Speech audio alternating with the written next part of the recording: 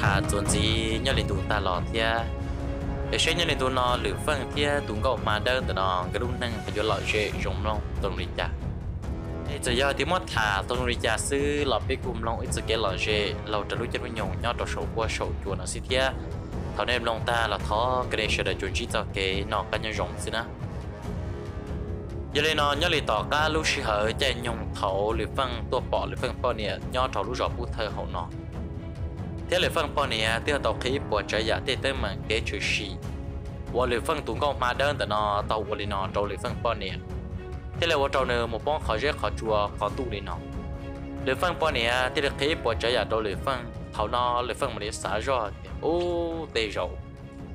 nhưng chủ yếu linh nó là tê luôn từ giờ bút thân đó chỉ đi tu một hai trâu cũ ta linh nó xưa này chỉ đi tu linh nó là mà tê rồi nhiều chủ yếu của tụi mà đơn từ nó uống phê trong này là xứ lên ta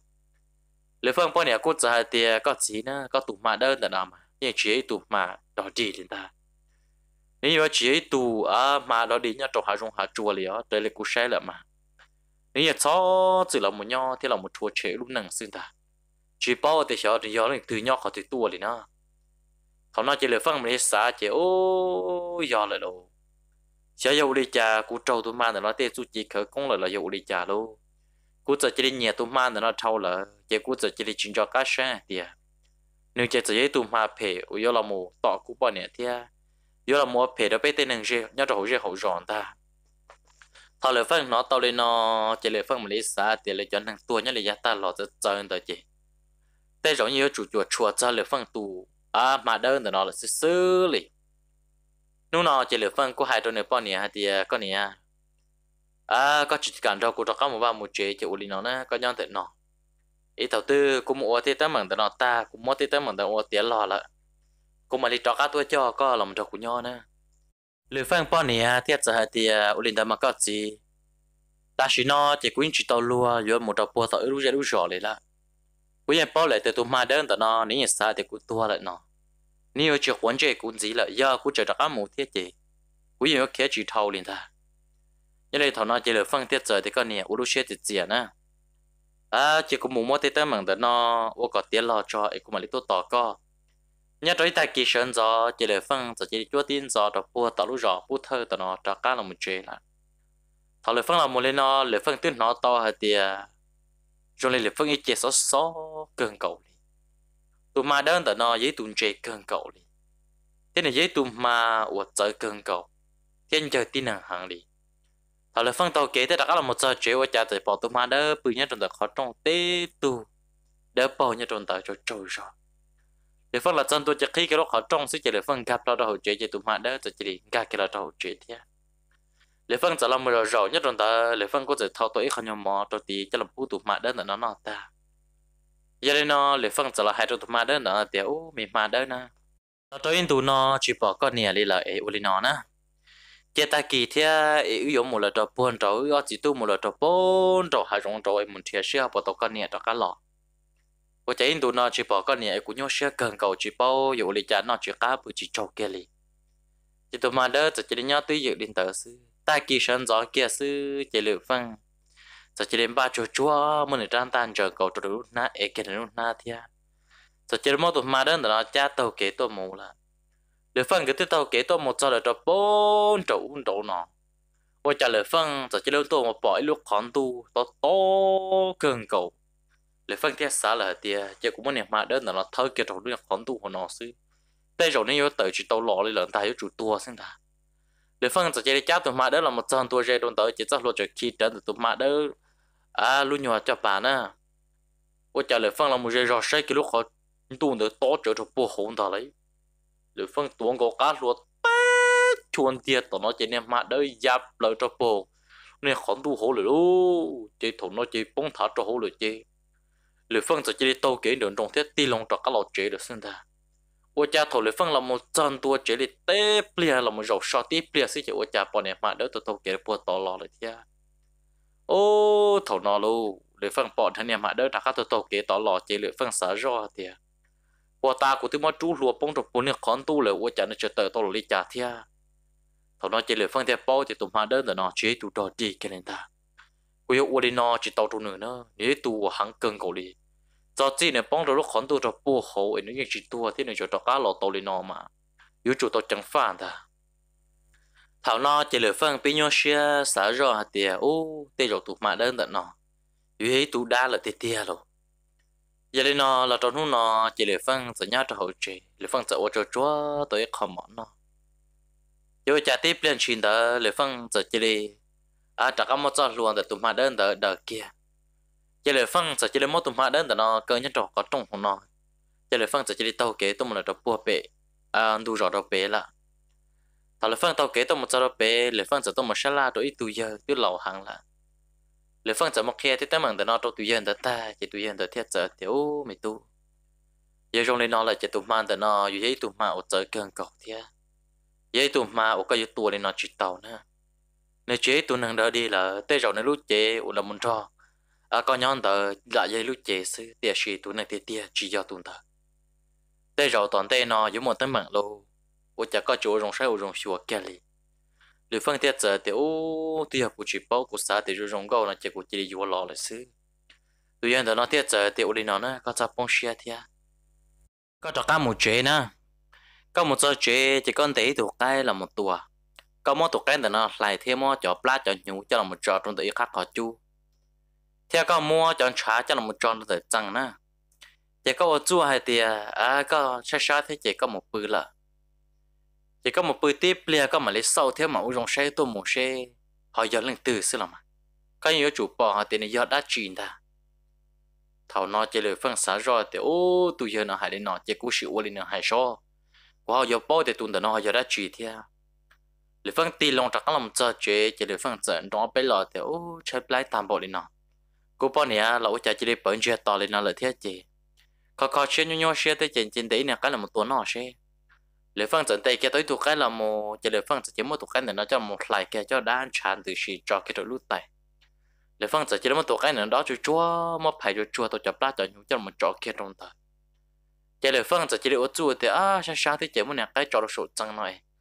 chỉ bên qua mà lại lọ ô lâu chỉ lệ phân chỉ lệ ô chúa ga kia một đồ tọt ra lệ phân nó khó trong thơ kia đồ chỉ lệ phân ô chúa là một bự tí biển chỉ xưng thà này lệ phân nó nơi tay điện đồn trổ đồ sát tổ tuần ta lừa phân giờ chỉ nhớ cái lúc họ trong sâu kia là một trò tao nên họ chú nó ô chả bỏ tí tụ bỏ nè rột nó rột to tế tụ bỏ nè này chỉ có nhiều món đỡ bông ta rồi nhớ rột to ô chả nó sát tế không chỉ tôi muốn chú đã chỉ là một non rồi nè ô chả lừa phân chân chưa tụ ô chả bỏ sát tế chỉ tụ bông nhà ta ô chả nó giờ chỉ không kiên đỡ là một chỉ nó giờ chỉ mua tiền trả tới cho là một giải bị bẩn ta lừa phân sai tôi một chỉ ô chỉ khử là đâu tụ nó chỉ chia nè tụi nó chỉ họ mà ta chỉ đa là thì luôn thế giống như tụi đa nhớ trong tay hàng đó là cho là xí lu chỉ mang từ đó là một nhon thì nó xí họ lấy phân bỏ thằng này nó chỉ lấy phân chân trái hàng lại luôn lấy phân trái rồi trong tôi mua chỉ tụi nó còn tới chỉ trong cổ lấy tụi lấy phân nên nó bảo ông bảo xuống nhất hồi phân ra bảo xuống tạt đi hoặc lấy phân tàu khi đâu lấy phân bỏ niệm thời nữa nè sáng bữa nay cha là những chỉ tới đi đâu thế tụi chỉ trong cổ lấy tụi nhớ cho họ lựa phân ra bộ số này nó là một bộ số đó lựa phân ôi chả là một rộn từ lúc họ chú chế nằm pin bơ trong tờ sư chế lựa phân chế chỉ cứ là lâu nhớ đồ thổ nó chế lựa phân trái lựa tia lâu tiếp đến chuyện đó chế lựa phân ô chú hủ cả thế nó thọ ra tua ôi chả thổ lựa phân tập là một nó bỏ lựa phân này mà đỡ rộn từ này các họ chú tại cho trâu rồi thảo cho nên nó chế lựa phân xả rồi thì ô chỉ tao là lâu sẽ một cuộc tụt mà lựa trong một chỗ khó tự liệt yếu cho một mua là chỉ tàu yếu cho một tua bỏ che là chỉ tàu thế nên tua là đoạn cho nên tuấn chủ tụ bí yếu chỉ mù đi ô thằng nó nhớ xe hàng chỉ bao nhiêu đi trả đấy là thế là trong món nó tư lệ lệ hàng là chỉ lệ phân chỉ lệ bự ô cha thầu lệ phân nó thằng ô cha chỉ lệ một tí tuần năng tư bự trở thành lệ phân ít xa lệ phân nó không một tớ thiên chưa là một ô cha chỉ lệ một tí tu trong ít tu bỏ nhẹ đủ lụ ta chỉ tê tờ chỉ lệ bao xưa lệ phân chỉ thắng là một xí xí rất tin tia chỉ thắng là một thảo vật trả giờ chỉ là do lệ phân tụ mà đỡ thứ hai chỉ là một lệ phân bự nhân chỉ thấu từ là ô thằng nó chỉ lệ phân xả ra thì tụ mà nó số mò chạy rù số mò chọt chạy rù là xứ toàn đây nó chỉ tụ mà để nó dụ ôn tàu tràn tàu dạ nó gì thế luôn chỉ nhớ là đối ta kỳ sơn gió chỉ lệ phân cô chỉ nhớ đầu chế nó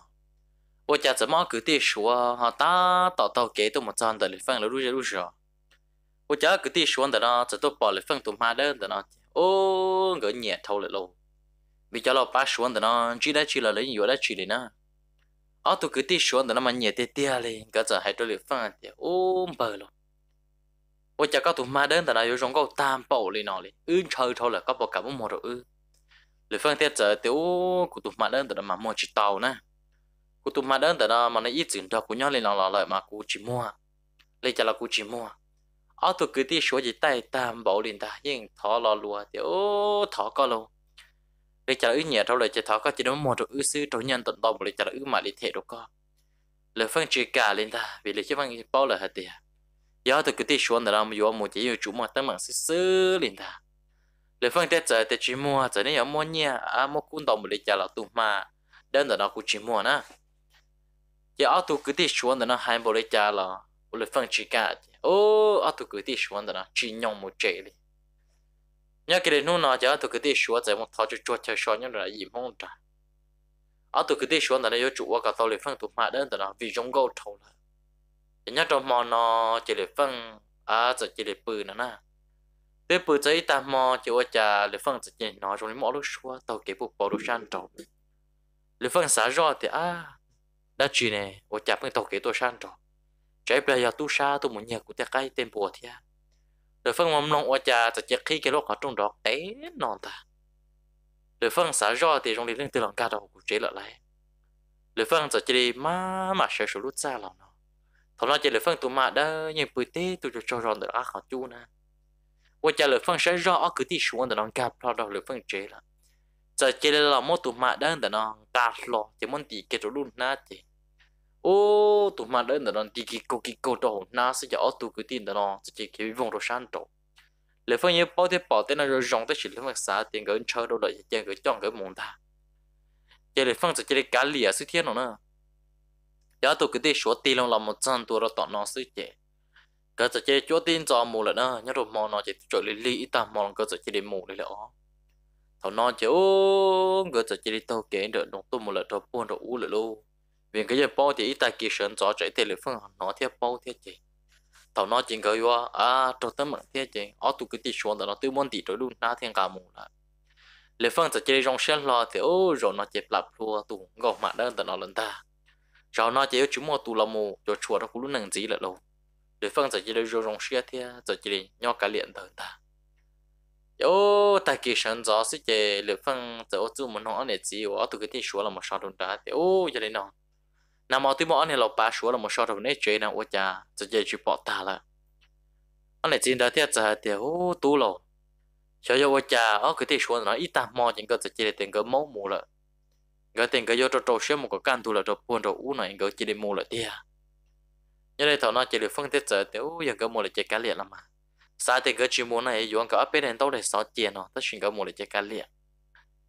giờ cha luôn tu nhỏ họ cái là một chuyện tế sư tha trả một trâu dị mong cho mong tiền tờ ôi cha tao áp bỏ lại phần niệm hạ đỡ kia kia tí tu nhà và đỡ bỏ tao là một tế tu nhà lo á ta cho bỏ tao là một lại phần sáng rõ ôi cha niệm tao học niệm hạ đỡ sao ôi cha chỉ cái kia tao là một giờ lưỡi phânจะใช้เราว่าจะลือphânนิมหาด้วยดักเขียนละหมดจอนแต่ลือphânตอนนั้นจะลือphânสารอเดี๋ยวจีดอดีลงเอาตัวคือที่ชัวนอนชิมวันตั้งมันตาหลังตาลือphânแต่จะละมันที่จะช่วยจะนั่งใจร้อนยัดหัวนอนแต่ในตัวเกลือเราโอ้เราอุชาเอาตัวคือที่ชวนแต่เขาบอกดีจ่าเทียยังได้นอนจะลือphânจะเจ้าหน้ามาเด้อเทียดักละมันยัดตัวต่อเจละจะจำมันยัดเรานอนแล้วจะจีตัวเกมันละเราโอ้เราgiờ một sáng chùa chùa xe ở tụ cái tí xuống để họ bồi một giờ được buồn đầu, thà là tôi một giờ chỉ bỏ tụ cái tí xuống để nó tua ta nhớ được buồn đầu kì,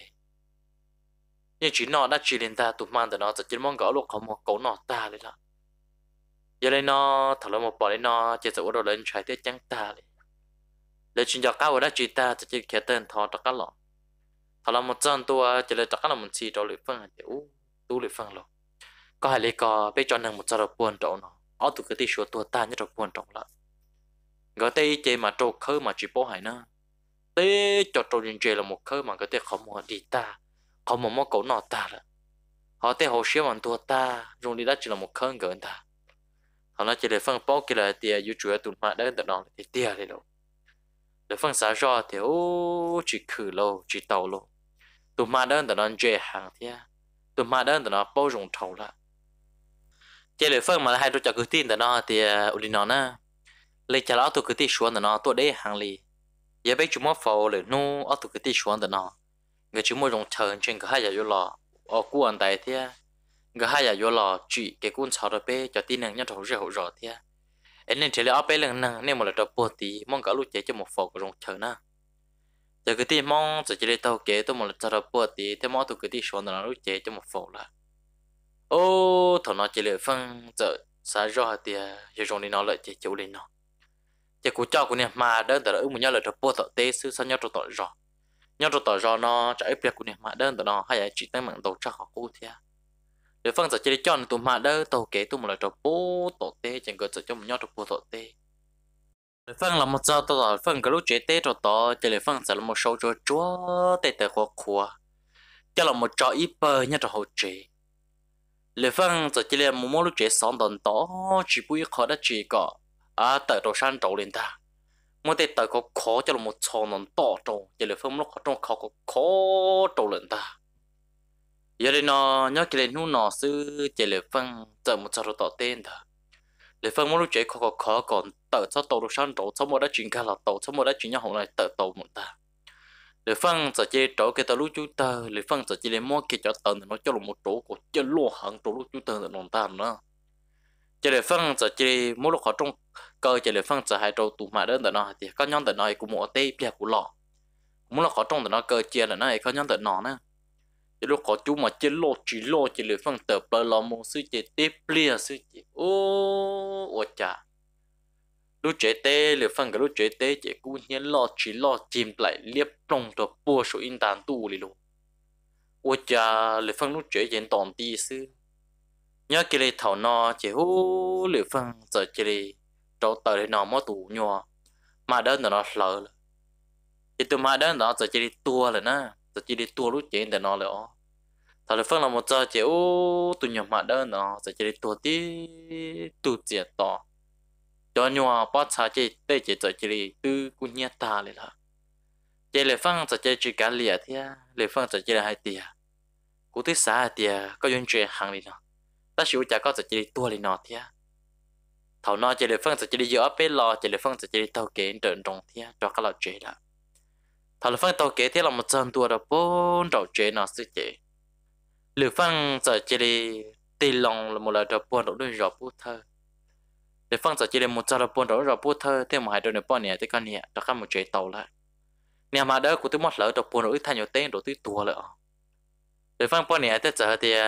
giờ có một lỡ tua lại chỉ một là một sư để phân theo để phân bọn này cái tới giờ uy là lột trâu rồi cho bút thân được ta chỉ để phân tới giờ cho để phân bọn này theo tàu kế cho các một chế là nhớ cái là trong mòn nó sẽ chịu trả để phân giờ chỉ làm bao số bỏ tụt luồng câu nó là một hai rồi để phân hạt tiền ô chả có xếp hệ tam bộ đi có một bao tiền tệ một đi cha cụ thể là một xí tàu lúc chuyện tận nó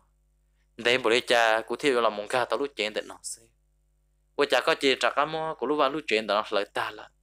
em cụ yêu đi cha lâu rậu nọ mà cụ chủ là một thế lúc chuyện chia được của nhau cụ nhiều chỉ cho con thế cụ nhiều anh cho con nhau ta để phân giờ ông bao số lên nó chỉ ô ta kỳ sơn gió sư chỉ để phân bao này chỉ để địa tao hậu lợi nó na họ lấy phân bao này đi tao hồ chỉ lấy phân bao này chỉ để lấy phân thì có gì 我只要trong nó cũng có khoa xe tám bảo đi nó có chỉ một mấy nè cái tua rồi nó sao để có mua nè cái nào uy cho nhuận trả tiền rồi nó sao 我只cũng có khoa xe tám bảo đi để phân thế giờ thì ở lên đó mà có nè để phân thế giờ mỗi cái tối nè cái tua lại cái cho đã cho cái trả rồi lúc tại nó để phân ta tổng mỗi nè cái nào nó chỉ chẳng taต่อยmua tụ cái nào nó cho là hậu nó xí thằng lấy phân là một chia họ nhận trả tới ôi cho là một uo nào ôi cha họ chuẩn in ra lại sư ta chỉ in ra chỉ để bởi là con chán ta chỉ để mấy mấy cần cậu nhà chỗ san tu chỉ để trâu dậy đủ lù sư lấy phân giờ nông lấy phân bao nhiêu thì có nè bây giờ có chỉ sai mua ô mua mì là mua mới cho nhân chán nó dậy rồi cho ôi cha chơi tam bao nhiêu nọ thôi để phân bao nhiêu thế giờ thì cú sai sai cú bự đó tỏ ra nó sẽ cú này yêu bao nè có chúa rong sai có một trò đồ thế khó và mua mì mua ấu tiền nó xin cho ấu mua nó lại chỉ để phân thế giờ mất hoàn thành được hậu là gì nhớ đây thầu nó chỉ để phân bao nhiêu cái giờ trò món nó chỉ để phân bao nhiêu mà nó có cơn của có lột cơn của nó bim bơ mà tại vậy blind nó bim blur thiên ta thằng nó là phân sở rồi thì ủa chả cũng bao nhiêu vô tới tam bộ nó nè chỉ thứ nhỏ là cho nó rồi tỏ ca chỉ mới mò tới để li hàng là để phân bao nhiêu rồi chỉ lên đi kỳ câu tiếp bự chỉ cho rồi đi để phân giải rồi để phân bao nhiêu để con nè tới để li lại ủa chả có chỉ cho rồi kia li để bây giờ có móc khó từ nè để phân bao nhiêu rồi thì cũng nhiều móc khó từ nè bây giờ cũng chỉ cho rồi xí là mà chỉ là phân cái giờ bự tiếp liệu chỉ là phân bao nhiêu rồi nên tin chỉ bự chỉ cho rồi chỉ sợ chắc là một rồi để phân bao nhiêu đã cá sợ là một rồi chỉ ủa chả lệ phân mầm lòng của bọn này phải sợ rộ bự nè lệ phân chỉ là sợ là một chỉ lệ phân sát tệ nữa nè chỉ là một tuần cầu lệ phân bọn này và luôn đó cầu lệ lúc xứ bự tới thì con này và chả có chỉ bự nè chỉ lệ phân sát tệ chỉ là một tàu kêu lệ phân bọn này và lúc xứ bự chỉ lệ phân bọn này sát tí cầu tôi một đầu lệ phân sát tệ uốn nửa mó cú luôn lệ phân trả chỉ chỉ đến từ xì ta xin tới ta nữa tụi nó lệ phân chỉ cho cá pha liao chỉ lệ phân thì con này dù đi chả có tỏ cú lệ phân sấy kia lệ phân bọn này chỗ tụ cú nếu mà tới chuyện đến cú chẳng lú lệ phân bọn này mà nhung lời tỏ xin đầu sư lệ phân tiêu chuẩn thì con này có những năng lực đa thì chả có yêu trong sai tam bộ nó lệ phân bọn này rồi chỉ nhung lời tỏ xin đầu ta chỉ dùng lệ phân bọn này yêu thiệt tỏ lệ phân sư nó chỉ lệ phân chẳng kể ra tôi chỉ khởi công truy ba tao nó tem bộ ôn lệ phân bọn này vốn đó tung ra cả ra đồ khổ我家大学的那份半年在做这里的，哇，个只哦，我家个学培担保，个人到股啥担保呢？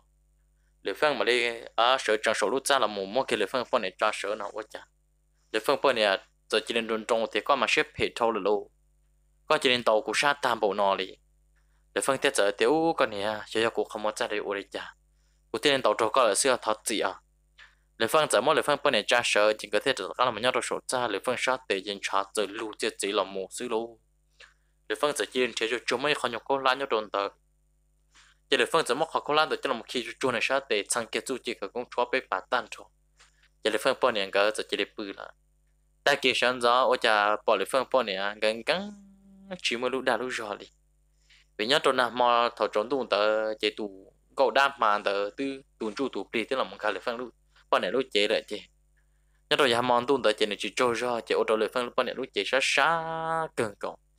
vậy nên nó là trong tay kia sẵn chọn tới chế lệ phân bọn này thì cần cắn cầu đào cầu để chỉ một lúc rồi liền nè ô thầu lệ phân bọn này nên nó cho thật tới rù chế lệ phân tới xả ra thì ô chả là trên tụ nó của bọn này vô cho tới tam bộ đi nó là ô tô của chỉ bao kia sẽ dụ đi trả đi lại luôn chỉ tin nhau là trong tay kia sẵn cho chỉ lệ phân bọn này đỡ xa chỉ lệ phân thiết giờ thì cái này nó có xa chỉ có cái chi nhau chỉ cũng một là trong bộ đầu tiên ở tây inu của bạn lì lọ nè lệ phân bọn này thiết giờ tiểu nên tới mà các gì của xa tới cũng một chỉ tàu thì có cái chi một có chỉ lệ phân giờ chỉ lệ tàu kế tôi một tê nó lệ phân mà lệ tàu kế tôi một sai lúc chế tê của tụi nhau mà lệ phân một là cún nhá nó ôi cha giờ chỉ lệ bỏ tới nhau bỏ xa để bể vò ý cho nhọc tới cún nhá ta nhất trong đời để phăng xả rõ thì niệm mà của tôi một lời cũng nhớ ta lần á của cha của bọn này cho tới tam một thế tỏ của tề tỏ ta lên nó nè để phăng sẽ chỉ khẳng lên lô chỉ nên giờ chỉ lên một lót chua chua tội chọc của nhà thì chọn nhung căng để phăng giờ chỉ lên một chọn căng thì chọc của nhà thì nó chỉ là một cái chua chua tàu kẹt tí tụ mò răng luôn có lấy tụ nặng ta nữa chỉ để phăng giờ chỉ lên một cái tụ mò răng thì nó gạt lò chỉ là một chân tụ được buộc tận tụ rồi lệ phân sẽ chỉ là một trong cái đó toàn tu rồi chỉ lệ phân ti lòng trắc khăm một đầu tọt chơi lệ phân một cái tôi lệ phân ít chơi con chờ là một chân tu ở trong thờ lệ phân thế giờ một tu nhiều mua sang tại nó nà chúa chúa con chờ tàn trò thọ tròn tu ở tên hàng dây do lấy là một nhóc đầu chơi ta là chỉ lệ phân mà liên cả tu mua sang tại nó tàu kế thế cho các là đầu tọt chơi nó nhóc đầu mà nó chỉ lệ phân quan này sẽ là một rậu cho nên tu chú thế chỉ toàn là một bự chỉ lệ phân tiếng họ xuống càng để tu nhiều mua sang tại nó cam đầu chơi lệ phân quan này chỉ bỏ nè lệ phân giờ chỉ muốn này mua rơi cho là một bự rồi rong nhớ tròn ta lệ phân giờ chỉ để mua cho một bự rồi rong mà đại bà bỏ tí nhớ tròn ta lệ phân cái lúc ta vì lệ phân yên trai hẳn là chỉ tao luôn đó lệ phân bao nhiêu bự kia là giờ lên nó chỉ lệ phânจะให้เราlệ phân bao nhiêu thì có nhỉ cũng bự ổn thế lõ ấy bây giờ thì có bự này chỉ có mà lại cá lệ phân bao nhiêuจะเต้ที่ตัวเนี่ยชักเขียเดียว่าลินดามาก็จีchỉ lệ phân loจะchỉ tao kể được đồng chân tận tê nào ôi cha lệ phânจะchỉ sai rõ trong số tê lệ phân lúc nhỏ tan thán cho hắn số chỉ lệ phânจะtí phơi một chânตัวเราsát số lệ phânจะlà một rộng nhất trong số tí bao tiêuอยู่เช่นเจียsaoอยู่หมดได้จีnào tế plan chỉ ở chả bỏ lệ phân bỏ nè tập là tỏ lúc nhỏ khó chút tỏ là một ở chả tế tụi mà thả hộ khi họ sát tế mà khổ chẳng